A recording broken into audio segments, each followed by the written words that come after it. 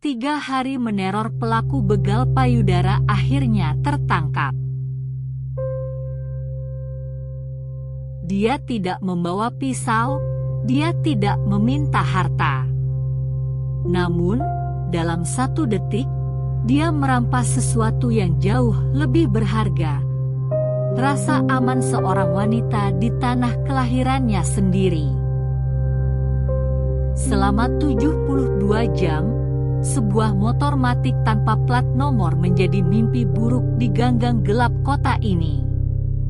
Namanya adalah Fajar, seorang pria yang terlihat santun di siang hari, namun berubah menjadi predator saat senja tiba. Jangan bergeser, karena hari ini kita akan bagaimana obsesif berakhir ini dalam sebuah drama di gang buntu yang becek. Ini bukan hanya soal, tapi soal bagaimana satu detail kecil di spion motornya menghancurkan pengungsinya selamanya. Malam pertama dimulai dengan udara yang terasa sangat berat di pinggiran kota.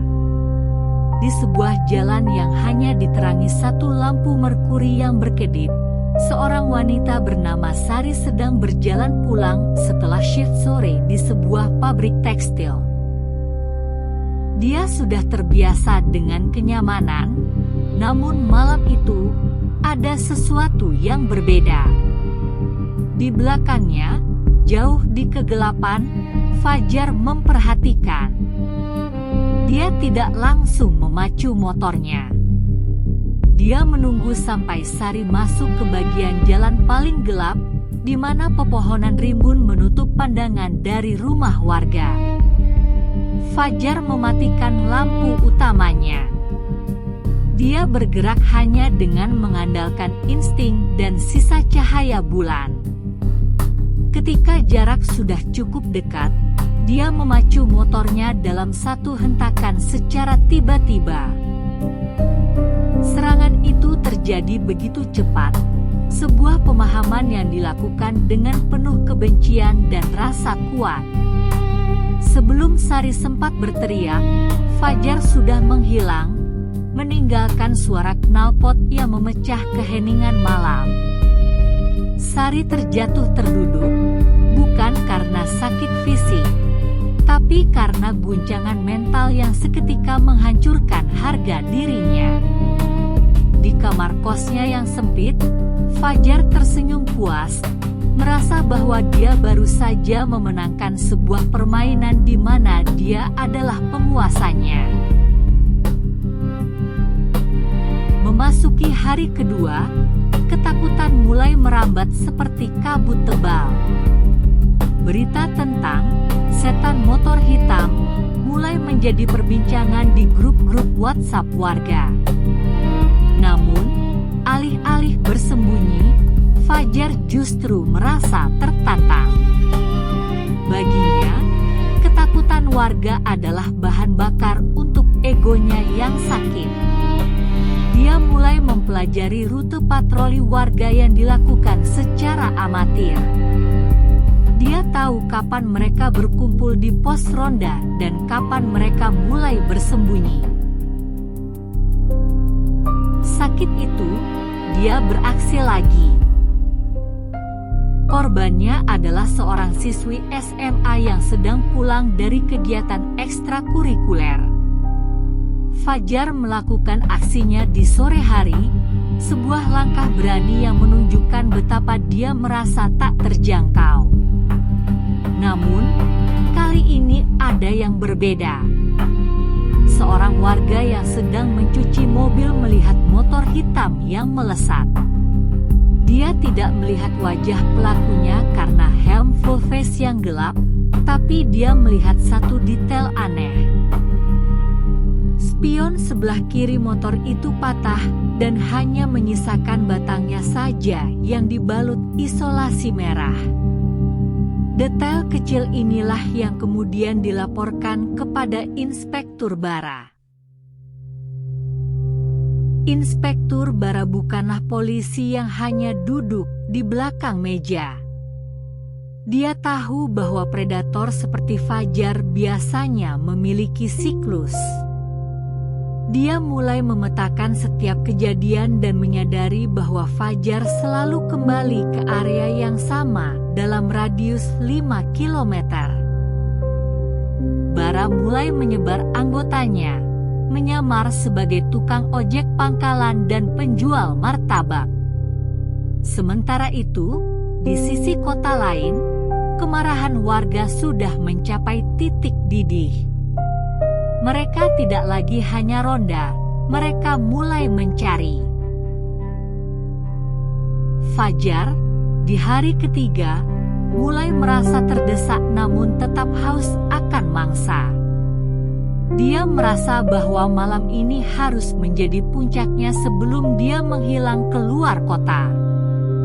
Dia memilih sebuah gang sempit yang dikenal sebagai Gang Buntu Melati. Dia mengincar seorang wanita yang tampak sedang kebingungan mencari alamat web. Detik-detik penangkapan itu terjadi sangat cepat namun terasa seperti ribuan tahun bagi Fajar.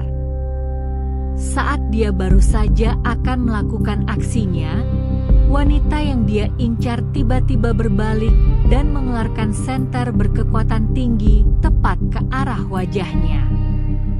Ternyata, wanita itu adalah polwan yang sedang menyamar. Fajar panik. Dia memutar balik motornya, memacu gas sekencang mungkin. Dia merasa hafal jalanan itu, namun dalam kegelapan dan ketakutan, dia membuat kesalahan fatal. Dia masuk ke sebuah celah yang dia pikir adalah jalan tembus, namun ternyata itu adalah akses menuju area pemakaman yang dipagari tembok tinggi. Di belakangnya, lampu-lampu senter warga dan sirine polisi mulai mengelilinginya. Suara teriakan warga yang geram bergema di antara nisan-nisan tua.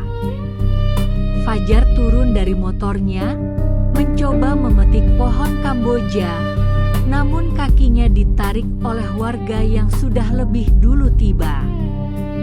Amarah massa nyaris tak terkendali.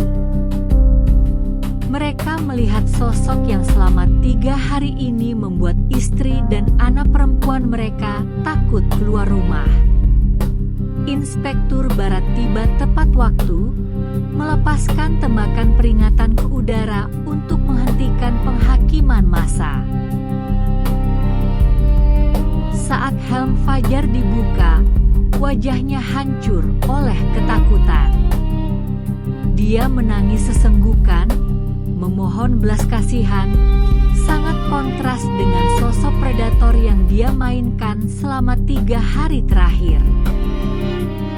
Kejahatan yang dia anggap sebagai permainan kekuasaan, berakhir dengan kehinaan di balik jeruji besi.